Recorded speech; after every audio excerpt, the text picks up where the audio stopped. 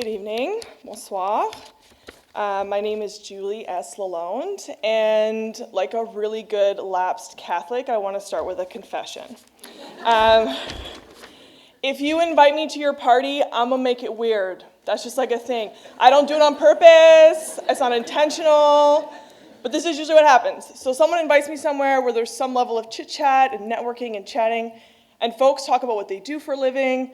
Oh, I work in IT, I'm a dentist, I'm an accountant.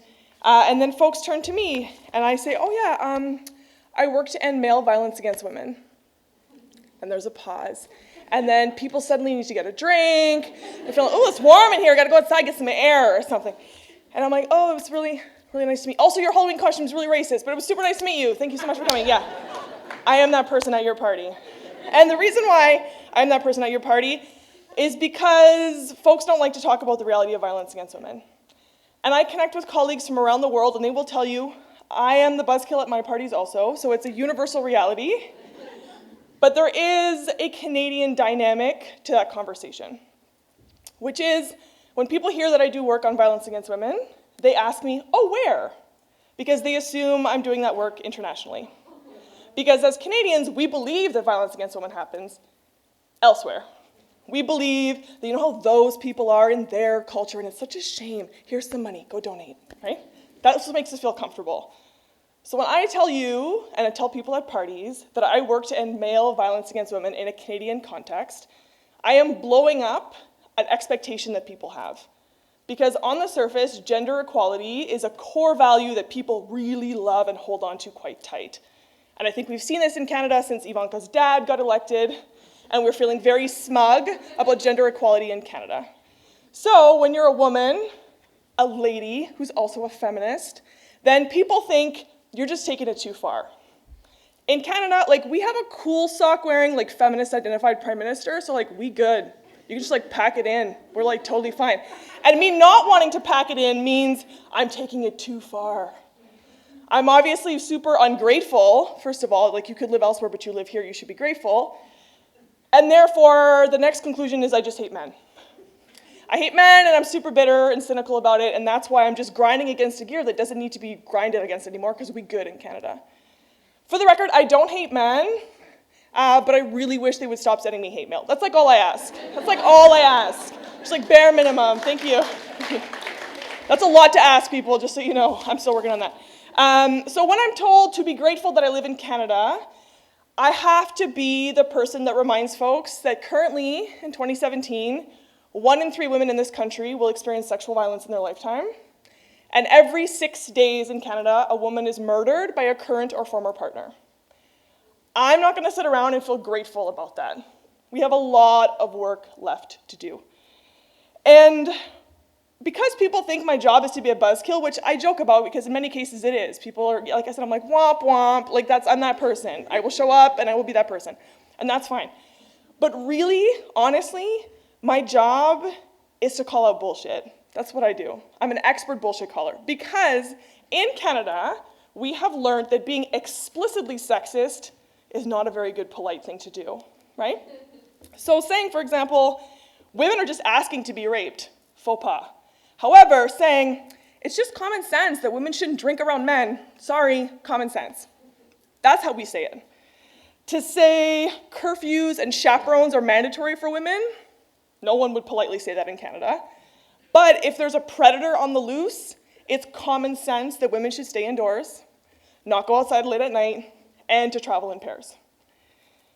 It is rude in Canada to say that women shouldn't take public transit.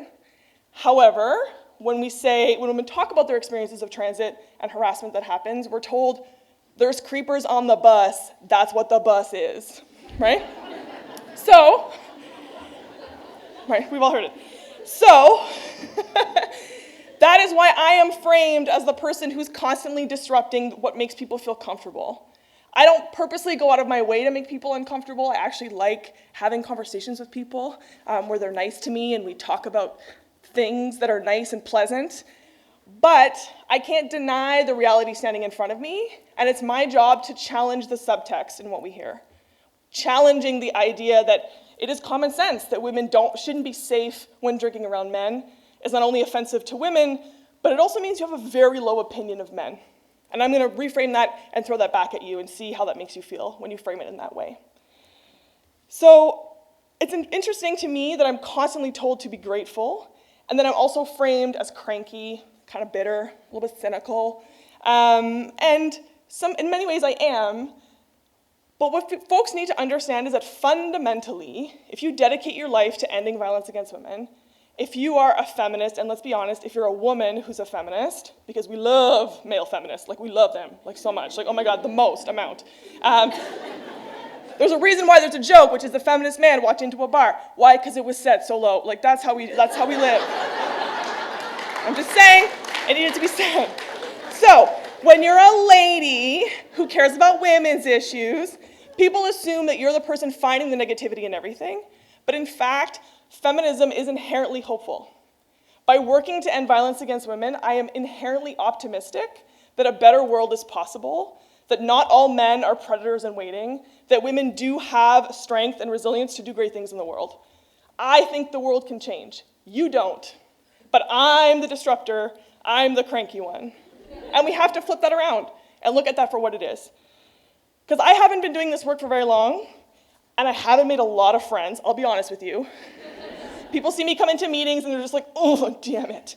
And I'm like, yes, I am here to be that. I'm like the Hermione of feminism, just gonna throw my hand up like every time, just like challenging what you're saying. Just doing it. But I haven't been doing this work for very long, and my being the Hermione of feminism has worked. So I fought Carleton University to get a sexual assault center, and Carleton University has a sexual assault center. I challenged the fact that we didn't have nurses that were performing rape kits. We didn't have enough nurses performing rape kits at Ottawa, and we do now. I fought for many years our public transit authority to say, why do we treat it as obvious that creepers are allowed on the bus and I'm not? I pay the same fare. Either I pay less or you get rid of the creepers. That's just what's up, right? And that is just me with one person doing my little piece. And so I'm constantly coming back to this idea of what if there was a little Hermione Granger feminist in every space?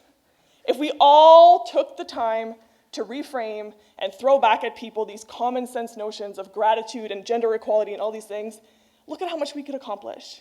A lot. And so for me, the secret to doing this work is hope and courage and tenacity. I'm not gonna write be tenacious, because it's long and it's hard, but being hopeful and reframing the fact that you are constantly seen as the person bringing everybody down, but in fact, you're the only person in that room that thinks that a better world is possible. Because I think that men can do better. I know they can, because I've seen it happen. And I think and know that young girls have the right to live in this country as free as young men. So for me, I want to ask you if you're okay to disrupt spaces in which you are told to shut up about it because it's awkward. It is awkward. I get that. That's my life, right? But I'm fine. You'll be fine too, right? And recognizing that, yes, being disruptive is not fun, it's not easy, it doesn't pay well or at all. Your inbox will be the stuff of nightmares. But if we are in every single space, you're not going to be the only person saying those things. You're setting a new norm in those spaces. And so I'm asking you to join me.